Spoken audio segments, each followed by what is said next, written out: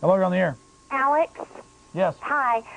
First of all, it is just such like the biggest pleasure to even talk to you. Oh, God, the jabbering Alex Jones. Okay, thank you very much. Okay.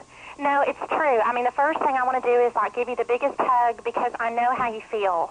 First of all, I'm like the original minion. I work for the Capitol, and I've been through a legislative session, and I worked in the broadcasting part, and when I saw how laws were made and who they were made for, I just lost my appetite.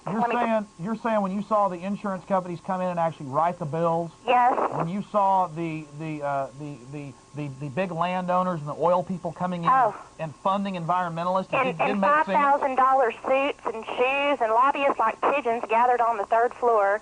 And I'll tell you something, Alex. I really feel for you. I read this book called The Committee of 300. I don't know if you've read it or not. That's the upper room of the power structure. They have in the U.S. The House is the Council on Foreign Relations. The Senate is the CFR. They take direct orders from a trilateralist group called the Bilderbergers in Europe. Right. Now, are they like the Masons or the Freemasons or something? Well, the Masons were perfect for the Masons were originally secret construction guilds because during the Dark Ages, the church and some other people wouldn't allow colleges unless it was religious based. So to keep the building alive, to build cathedrals, the Catholic Church allowed them to do this, but it had to be done in secret. And so a lot of power was concentrated in the Freemasons. And then Adam Weishaupt at Ingolstadt University in 1776 created a criminal organization called the Illuminati, and they killed people, they took over a lot of things, they paid off people, they had a lot of royalty involved, and they were basically organized criminals. So basically any secret organization or club or clique is perfect to be infiltrated by criminal organizations. But most Masons really want to help the community and are just ignorant, and it's just the upper rooms. Well, but I'll tell you, I saw the thing where you did the DPS protest. Man, you were right on the money. I feel like, I even left a note on your comment line. I don't like giving my fingerprint, and you had the guts enough to go and stand up against it. So if all you ever accomplish in your life is that you have the guts to go and say what everybody else is afraid of doing, man, you have done more than any politician. Because when all they cared about during last legislative session, do you know what they cared about? That God-blessed stadium at UT. And I mean, that's all they cared about getting passed. What businesses can make the most money paying the least taxes? And I know, Alex, this is going to sound really silly, but you are really sexy in this video. Hey, do you still work there? At the Capitol? Yeah. Can you, But I can't tell you where, because my boss is watching. I don't want you to give out your name or anything, but later on when you see those contact numbers, maybe if you have access to a computer, email me or something. We can get a lot of inside information that way. You could be a mole for us. I'd rather tell Alex myself. Well, that's fine. But, anyway, another thing, and I'll let y'all go, but I saw this program about how they've already got those cameras in Germany, or in some place where they're watching traffic and stuff like that. Do you think, like, eventually cameras are going to be in our homes, or somehow or another we're just going to be followed? What's your first name? Andrea. Well, Andrea, let's be absolutely truthful about this. 2.5 months ago in Germany, and I forget I saw the proceedings on C-SPAN, both the upper and the lower house in Germany almost unanimously passed indiscriminate wiretapping, bugging of homes. That's bugs in homes, micro cameras put in citizens' homes as long as it wasn't in the sleeping area. And guess who's exempt? I say this every show. The government. Politicians, lobbyists, and psychiatrists.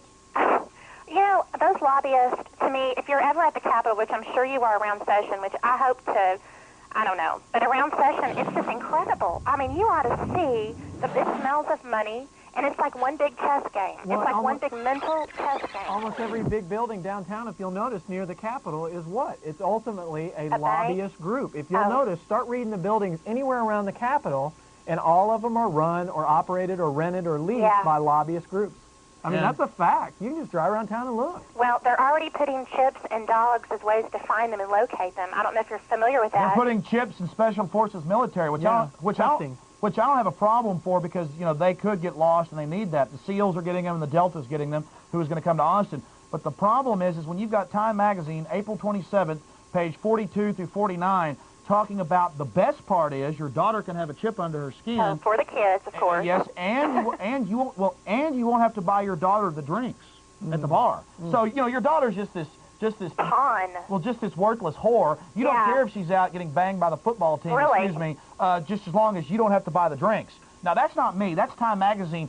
That's a brain crime. Yeah. They're like teaching sickness and twisted mental systems. I mean, I don't even know how to explain that. Oh, I know. Listen, I worked at Channel 7 for about a year and a half, and talk about media with a mental illness. I mean, having mental illness. My Lord, that place was just, I mean, electroshock therapy for everybody. Please. I mean, and myself included. I got so sick of what was news and what wasn't. And, the media attracts a lot of sick people, period. It has attracted me, yes. Well, you're not.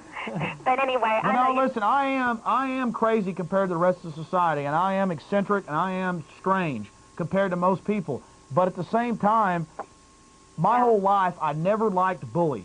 Yeah. I enjoyed nothing more than, I mean, I'm telling you, that's the way I've always been, and I'm just sick of these people, and I'm sick of seeing people feeling like they're part of the establishment. Yeah. They're not part of the establishment, and they have no honor, they have no nothing. Integrity or anything. In fact, Mike's got it on tape in there. We haven't put it together yet.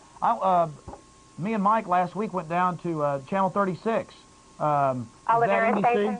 36 is NBC, yeah, right? NBC. And I went down there, and we said, we've got footage that Patricia Moore got of mass graves, of tanks, in southern Mexico, in Chiapas, in Guatemala. Do you want the footage from her? And the guy said, no, we don't want to work with you. And I was dressed nice, being very polite. He said, no, we'll get our own news, thank you. Oh, of course. Whatever. News is fabricated like processed food. It's just all the... And, really, I wish sometimes I didn't have a TV because, I mean, what good does it do but make me afraid to go out at night, which I have good reason, I guess. But, I mean, all Austin's good for anymore is these damn semiconductor plants. Lord knows I don't like computers. What am I supposed to do with my life? Just be a zombie? Well, computers are good and they're bad in that technology's a double-edged sword. Well, I know you've got a lot of people to talk to, but I think you're really cool. And, all those people that get on there, they just don't have a brain. And when they say all that. Well, anytime you want to send us to the mailing address any information, okay. I mean, we don't know who you are, and we would like you to send us any corruption that you can from the Capitol. Oh, God, have you got, like, major... Or the best part would be feds coming in with Clinton's $4.6 billion that he's handed out this year to take over state and local governments. Oh, God, would you think I was awful if I said I didn't like him as a president? I don't like him as a president. I think he's a liar, and I think they're all professional liars. And I think that I don't know where they learned to do it. His smug little grin, it just irritates me to no end, and I cannot believe he's running the country. Of course, he's not, but it's just pretty disgusting. They're all a bunch of paid liars. I mean, I guess my uncle feels the same way. He was a fugitive for years and running from the police, and... I really can't do Clinton. I know. When he really drums up a whopper, though, have you noticed? He closes his eyes like he's getting ready to pray. And he's really dreamt up a whopper. He'll go... Monica Lewinsky. Well, I think the best thing we can do is work for this policy, and we need to support the United Nations. Okay, and Al Gore, did you see that he didn't donate anything to charity? Did you see that he's Mr. Charitable and he didn't donate a dime? But he donated your money to the bankers. Oh, worse than that, he came and had a little fundraiser at an elementary school here in Texas. This just happened last week, and he had the school district pay for it. Oh, and Gary Morrow did the same thing. He didn't donate anything. I hope I didn't step on any toes. No, Gary Morrow, he's an American patriot. But he didn't donate anything either. I gave more to the Salvation Army than those guys gave to anybody else. But you see, they are giving us their minds. Yeah, the breadth of their knowledge. They are giving their service. It makes me want to get sick. I mean, if people are having a hard time losing weight, all they got to do is watch World News Tonight. Listen, I appreciate your call. Thanks. Bye. That's a nice lady. Hello, you're on the air.